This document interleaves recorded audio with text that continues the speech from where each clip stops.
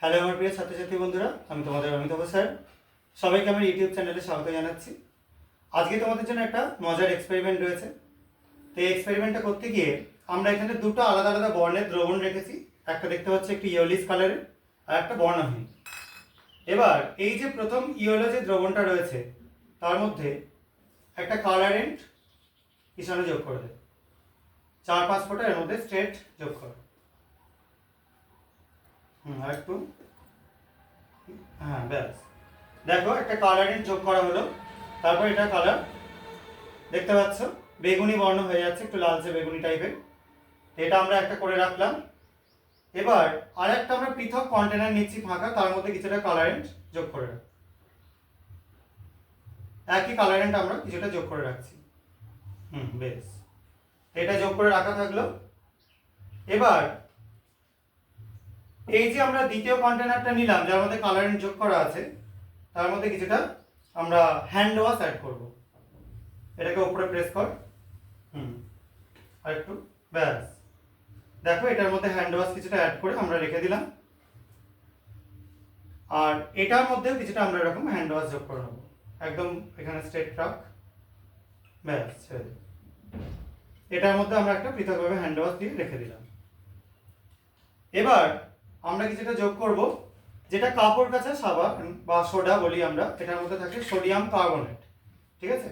এটা আমি যোগ করে দিচ্ছি কিছুটা।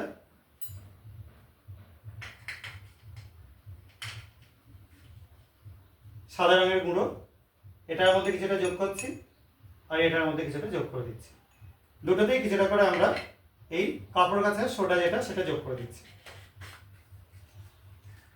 আর যোগ করব কিছুটা, এটার নাম হচ্ছে পটাশিয়াম কার্বনেট। এটা আমরা এই দুটোর মধ্যেই যোগ করব। এই যোগ কর, এটার মধ্যে কিছুটা যোগ কর,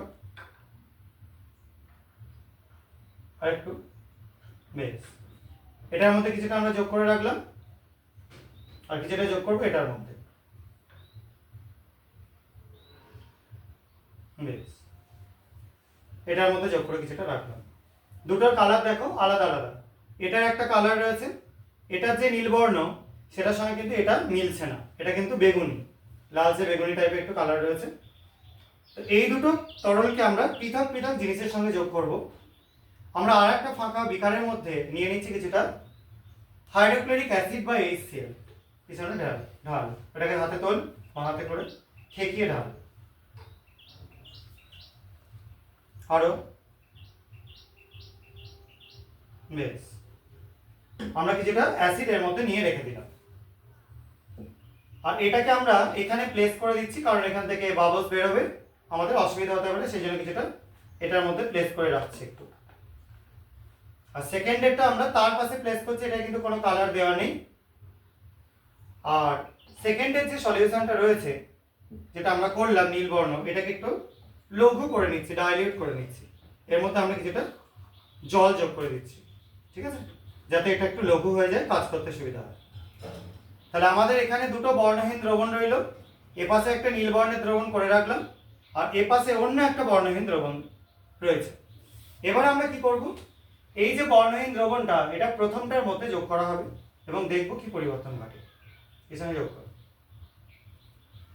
অল্প পরিমাণে, এই যে যে খাঁজ অংশটা রয়েছে সেটা দিয়ে যোগ কর।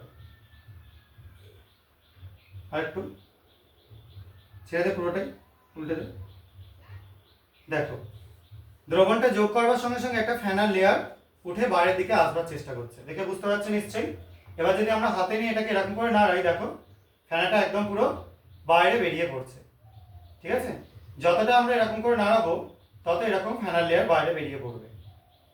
এবং দেখো দ্রবণের বর্ণটাও কিন্তু আগের থেকে সম্পূর্ণ আলাদা হয়ে যাচ্ছে, একটু সবুজ বর্ণ চলে আসছে এবার, ঠিক আছে? এটা একটা হলো। এবার দ্বিতীয় যেটা রয়েছে সেটার মধ্যে আমরা দ্বিতীয়টা যোগ করব। হাতে ধরছি, যোগ কর, একটুখানি গুলিয়ে নিবি। এবার যোগ করে দে, পুরোটা ঢেলে দে একবারে। দেখো এটা আবার দেখতে পাচ্ছ নীল বর্ণের একটা ফেনা তৈরি হচ্ছে, এবং এটাও এরকম করে কন্টিনিউ বাইরে বেরিয়ে পড়ছে। এটাই কিন্তু দ্রবণের বর্ণটা দেখো অন্য একটা বর্ণ হয়ে যাচ্ছে। আগের আর এটার বর্ণ কিন্তু এক না, ঠিক আছে? দুটো বর্ণের মধ্যে পৃথক বর্ণ আমরা দেখতে পাচ্ছি। তো এই যে ব্যাপারগুলো হলো, এবার আমরা এই যে ডিশটার মধ্যে এই বিকারটার মধ্যে কিছুটা পরিমাণ সলিউশন রয়েছে, ধর তুই, এটার মধ্যে আরো কিছুটা আমরা কার্বনেট যোগ করে দিচ্ছি। এটার মধ্যে যোগ করছি আমরা পটাশিয়াম কার্বনেট, এবং এর মধ্যে আমরা সেই কালারেন্টটা আবার যোগ করছি।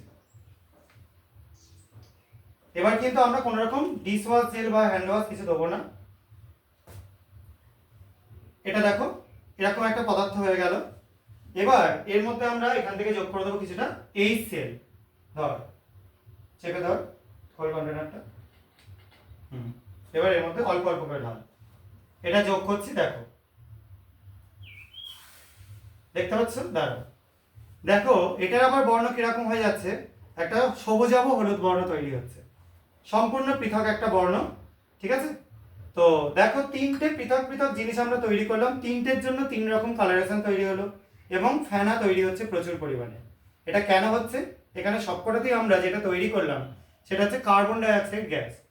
যেহেতু আমরা এখানে কার্বনেট নিয়েছিলাম, কার্বনেট যেই না অ্যাসিডের সংস্পর্শে আসে সঙ্গে সঙ্গে কার্বন ডাই অক্সাইড গ্যাস তৈরি করে। এবং আমরা যেহেতু ডিশ ওয়াশ ইউজ করেছি সেই জন্য মানে হ্যান্ড ওয়াশ ইউজ করেছি, প্রচুর পরিমাণে ফেনা বাইরে বেরিয়ে আসছে। ডিশ ওয়াশ ইউজ করলে একই জিনিস হতো, কিন্তু এটাই যখন আমরা হ্যান্ড ওয়াশ ইউজ করলাম না, এটা ফেনা কিন্তু বেশি দূর তৈরি হলো না। এটাতেও যদি আমরা হ্যান্ড ওয়াশ ইউজ করে করতাম, এটাতেও অনেক পরিমাণে ফেনা তৈরি হতো। আশা করি যে তোমরা এক্সপেরিমেন্টটা বুঝতে পেরেছো। যদি এরকম এক্সপেরিমেন্ট আরও দেখতে চাও, চ্যানেলটা সাবস্ক্রাইব করো, ভিডিওটা লাইক ও শেয়ার করো। আজকের মতো এটুকুনি, বাই।